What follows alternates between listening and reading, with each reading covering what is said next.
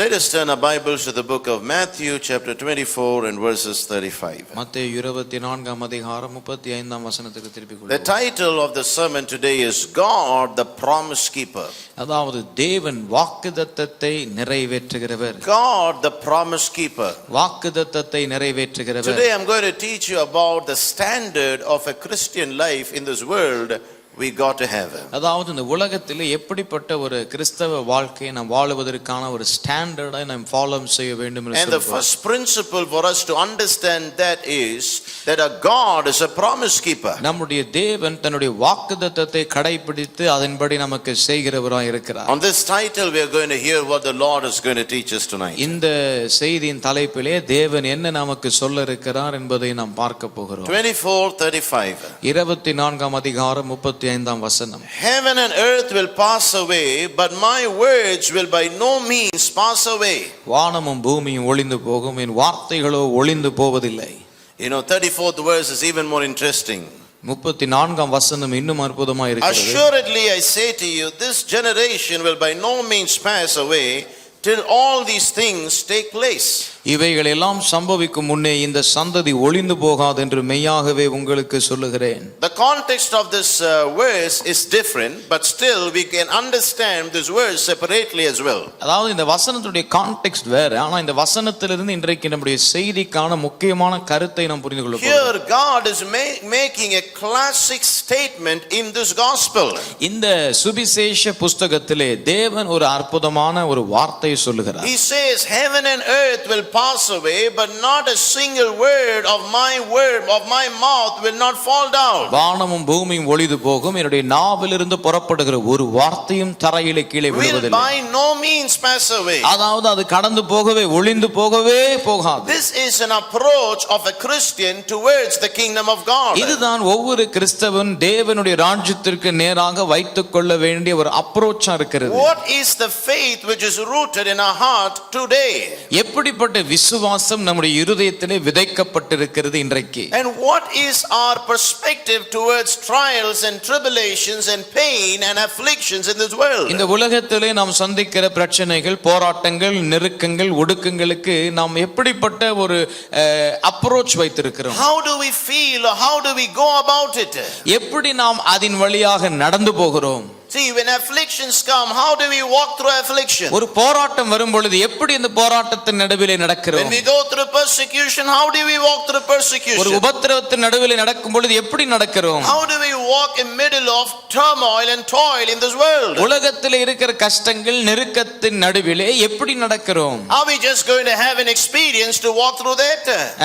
அதன் நடுவிலே நடப்பதன் மூலமாக அது ஒரு அனுபவமாக மாத்திரம் நாம் அதை பார்க்கிறோமா? Or are we just going to have a kind of imagination of some kind of good thing will happen in the end of the road, and are we going to go in the journey? அல்லது அந்த பிரயாணத்திலே அந்த பாதையினுடைய முடிவிலே ஒரு நல்ல காரியம் நடக்கும் என்பதை சிந்தித்துக் கொண்டு நடக்க போகிறோம். But the Bible says you and I got to have a different perspective when we see the afflictions in this world. இந்த உலகத்தில் இருக்கிற பிரச்சனைகள், போராட்டங்களை பார்க்கும் பொழுது நாம் ஒரு வித்தியாசமான கண்ணோட்டத்தை வைக்கிறோம். And our perspective towards the kingdom of God must be the word of God will come to pass. அதாவது தேவனுடைய ராஜ்யத்திற்கு நேராக நம்முடைய நோக்கம் எப்படி இருக்க வேண்டும் என்றால் அவருடைய வார்த்தை நிறைவேறும், அப்படி இருக்க வேண்டும். God says, disciples, you got to have this rooted in your mind. சீஷர்களே, இது உங்களுடைய மனதிலே, உள்ளத்திலே விதைக்கப்பட வேண்டும். That the heaven and all the throne and everything might pass away one day. வானமும் பூமியும் ஒரு நாள் ஒளிந்து போகதான் போகிறது. The earth will pass away one day. ஒரு நாள் பூமி ஒளிந்து போகதான் All போகிறது. the great experiences, all the supernatural realm and everything what you and I rejoice today will pass away one day. நீங்களும் நானும் இன்றைக்கு சந்திக்கிறது, பார்க்கிறது, அனுபவிக்கிறது எல்லாம் ஒரு நாள் கடந்து போகும். But Jesus says, disciples, I am preparing you for a greater revival.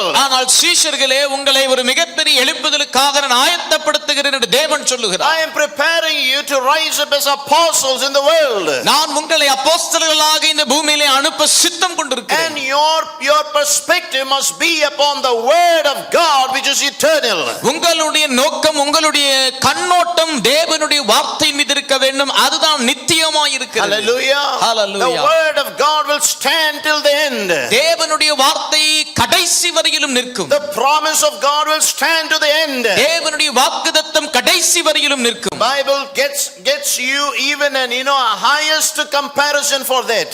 அதற்கு ஒரு பெரிய கம்பேரிசனை வேதாகம் நமக்கு He காண்பிக்கிறது. says even my heaven will pass away.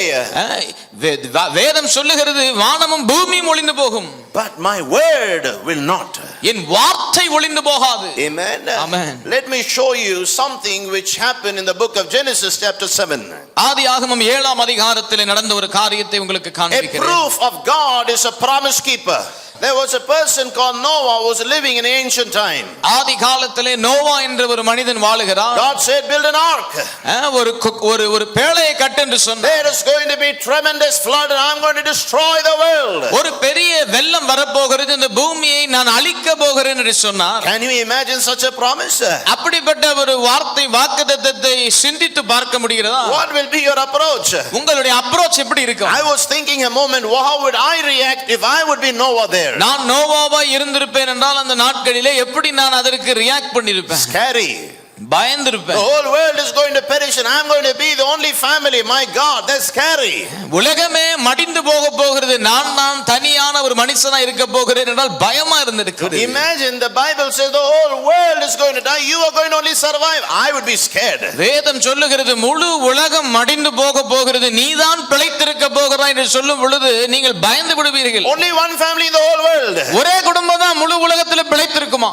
Hello. That is one of the scariest thing what something can happen, one family in the whole world. ஒரே குடும்பம் முழு உலகத்திலே பிழைத்திருக்கும் என்பது ஒரு பயங்கரமான காரியம். Imagine Noah is going to the ark and the angel of God is shutting the door. Noah பேழைக்குள்ளே செல்லுகிறார், தேவனுடைய தூதன் பேழை கதவை அடைக்கிறார். Oh my God, I tell you. நான் சொல்லுகிறேன் உங்களுக்கு, For 3 to 4 days I cannot quarantine in my home. 3-4 நாட்கள் வீட்டிலே என்னையே குவாரண்டைன் செய்து கொண்டு என்னாலே தனிமைப்படுத்திக் கொண்டிருக்க முடியவில்லை. At least go to the gate to see the road and come back inside. ஏதோ ரோட்டை பார்ப்பதற்கான அந்த கேட் வரையிலும் நடந்து சென்று மறுபடியும் வர தேவைப்படுகிறது. Imagine angel of God is shutting the ark, you cannot see the world. தேவ தூதன் வந்து அந்த பேழையை அடைக்கிறார், உங்களால் உலகத்தை பார்க்கவே முடியாத நிலைமை அன்றைக்கு நோவாவுக்கு. They are hearing the thunderstorm, they are hearing the rain, they are hearing people crying out, they are seeing all the animals, all the nation, all the city, all the kings, all the queens, all the prominent leaders